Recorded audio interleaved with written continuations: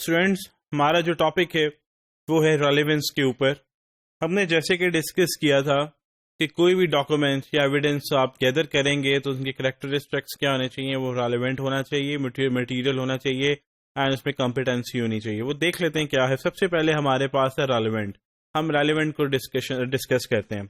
Relevant evidence کا مطلب یہ ہے کہ ایک ایسا ایویڈنس جو ہمیں یہ پروف کر دے کہ یہ حادثہ ہوا تھا اور اس کے نتیجے میں یہ نقصان ہوا. یہ ایسا ایویڈنس جو اس چیز کو پروف کر دے کہ کوئی ایسا فیکٹ یا کوئی ایسا ایکشن ہوا تھا جس کی بیس کے اوپر یہ کانسیکوینسز اکر ہوئے ہیں. تو اس طرح کے ایویڈنس کو، جو اس طرح کے سینیریو کو پروف کر دے کہ ایسا ہوا تھا، تو ہم اس سے کہیں گے یہ ریلیونٹ ایویڈنس ہے.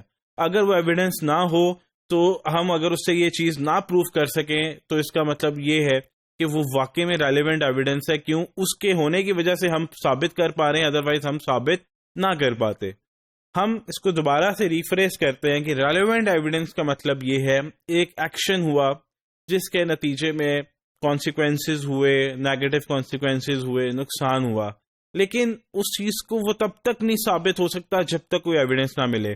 تو ایسا ایویڈنس جو یہ ثابت کر دے کہ یہ ایسا ہوا تھا، نقصان ہوا، ایکشن ہوا جس کی بیس پہ نقصان ہوا، تو وہ ریلیونٹ ایویڈنس ہوگا. اگر ایک ایویڈنس جو کہ اس چیز کو پروف نہیں کر پا رہا، اس کا مطلب وہ ریلیونٹ ایویڈنس نہیں ہے. جیسے کہ دیکھیے گا first paragraph. Relevant evidence means evidence having any tendency to make the existence of any fact that is of consequence to the determination of the action more probable or less probable than it would be without that evidence. مطلب ایک ایسا evidence جس میں یہ tendency ہو، جس میں وہ بتا سکے کہ یہ ایکشن ہوا تھا، کتنی فریکوینسی پہ ہوا تھا، اس کے کیا نقصان تھے یا کیا نقصان نہیں تھے. تو جو ایویڈنس ایک سینیریو کو پروف کر دیتا ہے کہ جی ایک ایسا ایویڈنس جو پروف کر دے کہ یہ حادثہ ہوا تھا، تو وہ آپ کے لیے ریلیونٹ ایویڈنس ہوگا. اور بھی بہت سے ایویڈنس ہوتے ہیں، لیکن اگر وہ ایک اسپیسیفک سینیریو کو پروف نہیں کر پا رہے تو اس کا مطلب وہ ریلیونٹ ایویڈنس نہیں ہے. یاد رکھیے گا، ہر ایویڈنس ریلیونٹ نہیں ہوتا اور ہر ایویڈنس ارریلیونٹ نہیں ہوتا. اگر آپ کے پاس ایک فائنینشیل انویسٹیگیشن ہے، اس میں یہ پروف کرنا ہے کہ ایک بندے نے فراڈ کیا ہے، تو یہ اس کے لیے آپ کو ریلیونٹ ایویڈنس چاہیے. تو یہ ریلیونٹ ایویڈنس جو ہیں کہ کسی اسپیسیفک انڈیویجول کے اگینسٹ کلیکٹ کرنا، یہ آپ کو بہت زیادہ اسپیسیفکلی جا کے ٹریس آؤٹ کرنا پڑے گا. یہ تو ایک ہم نے ڈسکشن کی. اس کے ساتھ ساتھ اس بات کو میں لنک کرتا ہوں، جیسے کہ ہم نے ڈسکس کیا تھا کہ اکثر لوگوں کا جو لائف سٹائل کے تھرو ان کو دیکھنا کہ یار کل تک تو اس کا لائف سٹائل بہت ڈاؤن تھا، آج ایک دم سے اس کا لائف سٹائل بہت چینج ہو گیا ہے، سب کچھ بہت چینج ہو گیا ہے. تو آپ کو سم ٹائمس لگتا ہے کہ لائک سم تھنگ از فشی، مطلب کچھ گڑبڑ ہے اس میں. تو ہم اس کے پھر لائف سٹائل کے تھرو ہم انویسٹیگیشن کرتے ہیں، یا پھر ہم یہ دیکھتے ہیں کہ اس کا انکم کتنی تھی اور اس کے اگینسٹ اس کے مطلب ایسٹس کتنے ہیں. جب اکثر یہ سننے میں آتا ہے آپ کو آج کل تو ٹی وی میں کہ ان کے جو ایسٹس ہیں، ساساجات ہیں، وہ ان کی انکم سے بہت زیادہ ہیں. تو سم ٹائمز جب آپ کو یہ چیزیں بھی نظر آنے لگیں تو آپ کو لگتا ہے کہ کچھ گڑبڑ ہے. تو اسی طرح اس طرح سے اگر جب ہم انویسٹیگیشن کرتے ہیں، جب آپ کے پاس ایویڈنسز نہیں ہوتے تو آپ ان کے ساساجات کو کیلکولیٹ کرتے ہیں، ایسٹس کو، اور ان کی انکم کو کیلکولیٹ کرتے ہیں، پھر کمپیئر کرتے ہیں. کہ ہم تب کرتے ہیں جب ایویڈنسز نہیں ہوتے. تو جب ایویڈنسز نہیں ہوتے، اس طرح کے میتھڈ کو ہم انڈائریکٹ میتھڈ آف انویسٹیگیشن کہتے ہیں. اگر سم ٹائمز آپ کو اس طرح کا سینیریو مل جاتا ہے تو آپ کس طرح سے انویسٹیگیشن کریں گے؟ آپ کو کہا گیا کہ یہ جی سسپیکٹ ہے، اس نے فراڈ کیا ہے، تو آبویسلی آپ کہیں نہ کہیں سے تو انویسٹیگیشن سٹارٹ کریں گے. 3 سال پہلے سے آپ انویسٹیگیشن کرنا شروع کر دیں گے، 4 سال پہلے سے شروع کریں گے، آخر کہیں نہ کہیں سے تو آپ نے انویسٹیگیشن سٹارٹ کرنی ہے.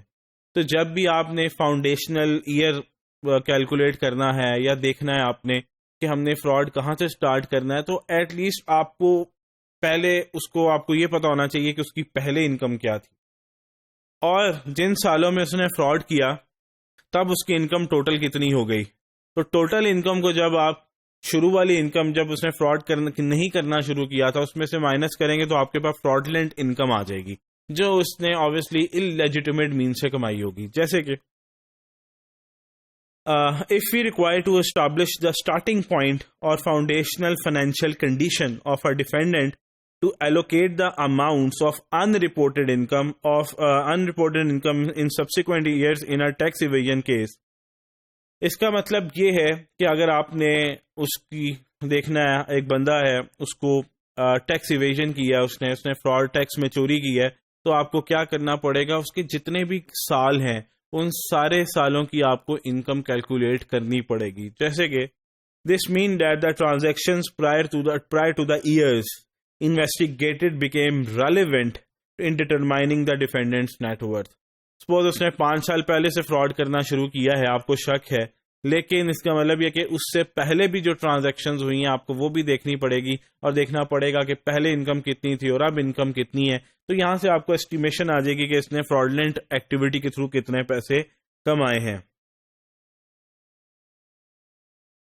جیسے کہ سیکنڈ پیراگراف دیکھے گا indirect methods of proof are based on cash flow transactions documents reflecting a $50,000 increase in the value of stock purchased in prior years would not be relevant unless the stock was sold during the years under investigation.